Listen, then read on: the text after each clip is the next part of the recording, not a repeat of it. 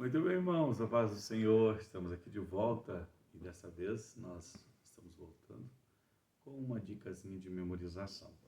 Sempre o pessoal entra em contato com a gente de várias partes do Brasil e do mundo pedindo instruções a respeito da memorização.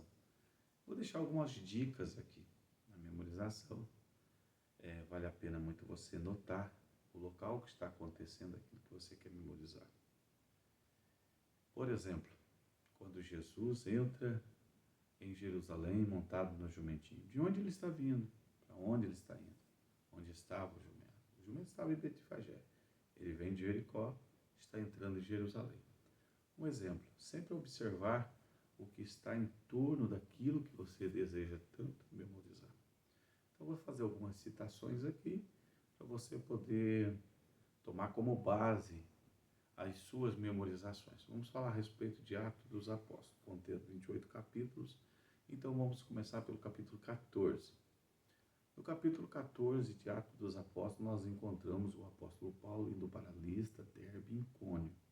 No capítulo 15, nós temos uma assembleia em Jerusalém, o concílio que vai decidir o que os gentios devem guardar e o que os gentios não precisaria os gentios observar a partir daquele concílio. Já no capítulo 13, nós encontramos ele mais dentro do texto e a pregação na região da Psídia. No capítulo 12, Herodes manda matar Tiago. No capítulo 11, Pedro, ele se justifica diante da igreja de Jerusalém porque ele tinha entrado na casa de um gentio, Cornélio. No capítulo 10, em Cesareia. No capítulo 9, no caminho que vai para Damasco, um Saulo de Tarsis se converte ao Senhor Jesus. No capítulo 8, na cidade de Samaria, o evangelista Filipe está pregando o evangelho.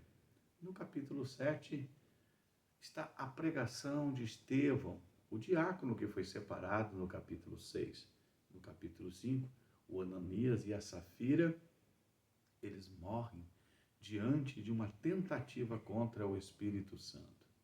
Na unção do Espírito Santo sobre a vida de Pedro, foi irresistível o poder que aconteceu naquele lugar. No capítulo 4, eles estão perante o Sinédrio, e no capítulo 3, eles estão no templo chamado Porta Formosa, uma das portas do templo de Jerusalém, onde Pedro e João opera aquele grande milagre na vida de um aleijado. No capítulo 2, eles estão reunidos 10 dias depois que Jesus chegou ao céu, que significava 50 dias após a Páscoa, e 10 dias depois que Jesus tinha se subido ao céu do Monte das Oliveiras. Eles estão reunidos à espera do Espírito Santo. Quando o Espírito Santo desceu sobre a vida deles, então foram batizados no Espírito Santo e cumpriu-se o propósito do Pentecoste, que foi alcançar gente de todas as nações naquele maravilhoso evento. Nesse maravilhoso evento eu quero salientar algo.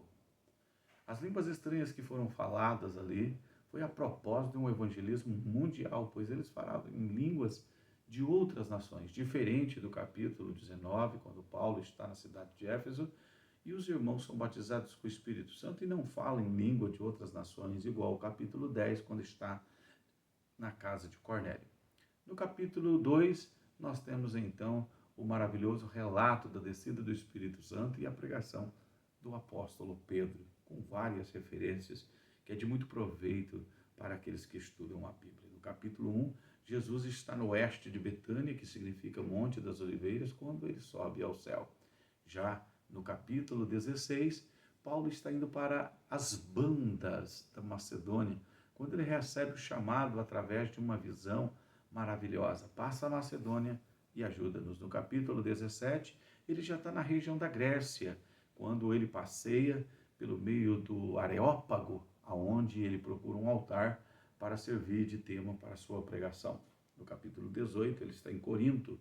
E no capítulo 19, ele está em Éfeso. No capítulo 20, Paulo agora está reunindo com os anciãos de Mileto, enquanto no capítulo 21, ele coloca já um propósito de retornar para Jerusalém, passando por alguns lugares, como era o caso de Tiro, E no capítulo 22 ele já está nas escadarias de Jerusalém, quando no capítulo de número 23, Paulo faz já a sua pregação diante de Lísias, já em Jerusalém, começa a fazer a sua defesa, que começa no capítulo 23, quando ele já é enviado para a região de Cesareia, no capítulo 24, perante Félix, no capítulo de número 25, perante Festo, no capítulo de número 26, perante Agripa, no capítulo 27, ele já está dentro de um navio adramantino que viaja pelo mar Adriático em direção a Roma, no capítulo de número 28. Vai aí um resumo do livro de Atos dos Apóstolos, que é conhecido mundialmente como Atos do Espírito Santo. Deus te abençoe e uma boa memorização.